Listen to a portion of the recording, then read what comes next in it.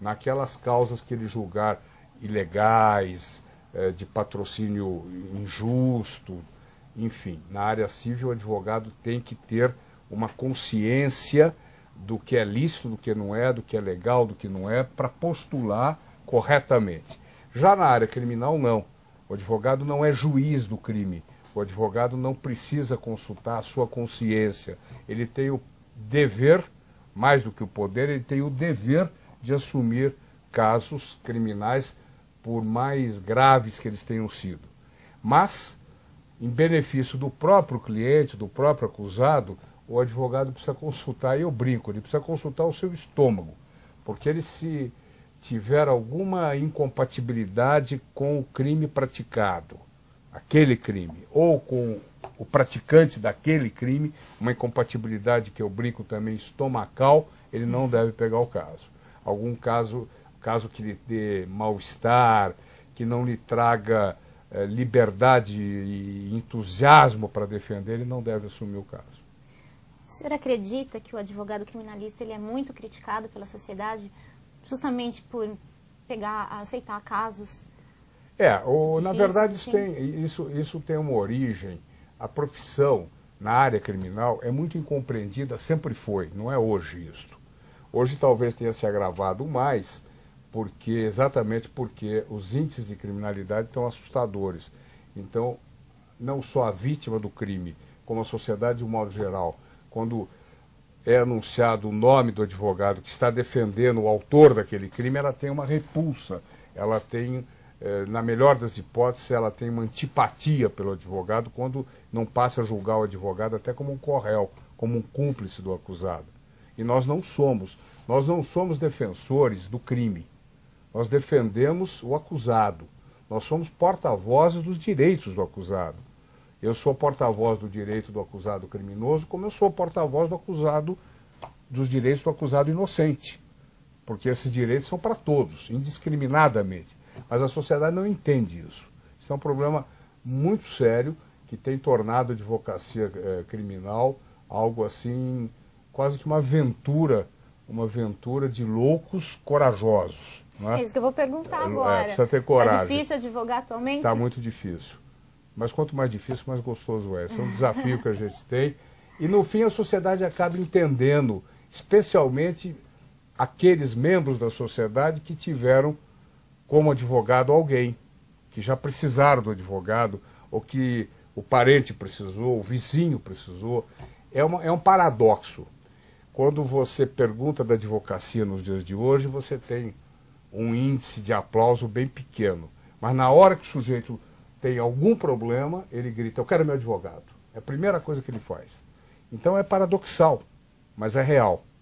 Quando o tiro cai no pé, é ele que é o advogado. Quando ele analisa a figura do advogado, o papel do advogado, até porque o papel do advogado nunca foi bem esclarecido. Isso que eu estou falando para vocês, e eu agradeço a oportunidade que vocês estão dando, isso que eu estou falando para você não se diz toda hora.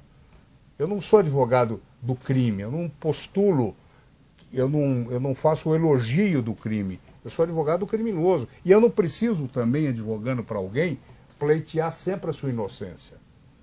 Eu posso concordar com o cliente, se ele concordar comigo, nós fazemos um acordo de que eu defenderei teses para minimizar a situação processual dele, sem postular a inocência. Por quê? Porque a inocência é impossível. Eu posso trabalhar também, e devo trabalhar também, para colocar a acusação dentro dos limites da realidade, porque normalmente a acusação vem exagerada. Então, o papel do advogado é um papel realmente de colaboração para que seja feita a real justiça, naquele caso específico. Mas existem mais advogados no mercado de trabalho do que profissionais com vocação? Isso está acontecendo de um modo geral dentro da justiça, infelizmente. Eu creio, por exemplo, que muitos juízes não são vocacionados, prestam concurso, saem da faculdade e vão prestando para várias carreiras. E, de repente, passam e se tornam juízes, mas nunca se questionaram a respeito de vocação. Isso é grave, porque ele se torna um funcionário público de alto nível. Mas o juiz é mais do que um funcionário público. Nossa magistratura... A magistratura é algo assemelhado a uma missão divina. Você está responsável pela vida, pela liberdade, pelo patrimônio, pela família de alguém. A sua caneta tem um valor extraordinário na vida de alguém. Então você precisa ter mais do que vocação para ser um servidor público. Você precisa ter uma vocação voltada para a busca do justo. O que é o justo neste caso específico? E nem sempre a aplicação da lei leva à justiça. Há ocasiões em que o juiz deve colocar a lei de lado para buscar o justo, porque a lei, naquele caso, se for aplicada friamente, ela não vai buscar o justo e sim vai praticar uma justiça. Então, é muito difícil ser juiz. E a questão da vocação está atingindo a advocacia, está atingindo a magistratura, o Ministério Público. E como o senhor vê a nossa legislação? Eu sou daqueles que entendem que o problema nosso não é um problema de lei. Tem muita lei, né? Muita lei, pouca fiscalização da lei, pouco cumprimento da lei. Se as leis fossem cumpridas... Nós temos, por exemplo, o Estatuto do Menor e do Estatuto da Criança, do Menor o ECA. É uma das leis mais avançadas do mundo. Quem não conhece o país, quem não conhece a situação do menor carente, lendo a lei, vai aplaudir. Vai dizer, puxa, mas no Brasil é uma coisa espetacular, como se trata bem a criança brasileira. O problema é o descompasso entre o que está na lei e a realidade. A realidade não... Você tem dois Brasis. Você tem o Brasil real e o Brasil legal.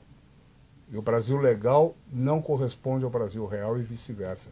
Em alguns setores, dentre os quais o da criança abandonada. Então, nosso problema não é lei. Nosso problema é a vontade política, eu diria um pouco a vergonha de se cumprir a lei. O Capistrano de Abreu, que foi um grande historiador, dizia que ele só, na opinião dele, o Brasil precisaria ter a Constituição brasileira, bastaria ter um artigo. Todo brasileiro precisa ter vergonha na cara, no sentido de nós, volto à questão do justo. Todos nós, não só o Poder Judiciário, como a sociedade como um todo, ir atrás do justo. Do que é justo? Acabar com o desnível, o desequilíbrio social, com esta concentração de rendas, com o menor carente, dar saúde para o povo, etc, etc. Tudo aquilo que nós sabemos. Eu tenho 64 anos, há 64 anos que eu ouço as mesmas carências e nós não mudamos nada. Esse é o problema. Vamos ter esperança, vamos ter esperança. Sempre tem, esperança sempre se tem. Precisa colocar um pouco essa esperança na realidade, na prática. Na prática, né? Agir, né? É. O senhor foi secretário de Justiça e Segurança Pública do governo Quércia. Isso. Quais foram as dificuldades encontradas? A justiça não, eu fiquei pouco tempo, né? Mas na segurança, eu não diria dificuldades, eu diria as decepções, as frustrações. Você assume uma pasta dessa achando que vai resolver todos os problemas inerentes à pasta. E aí você se frustra, porque você encontra uma máquina burocrática muito pesada, você vai imbuído de muito idealismo, mas está cercado de pessoas já descrentes, que não acreditam naquilo que você está pondo, e você não consegue fazer as coisas sozinho, você depende no caso específico da segurança pública, você depende de duas polícias, dois contingentes enormes, contingentes de funcionários com problemas, não é?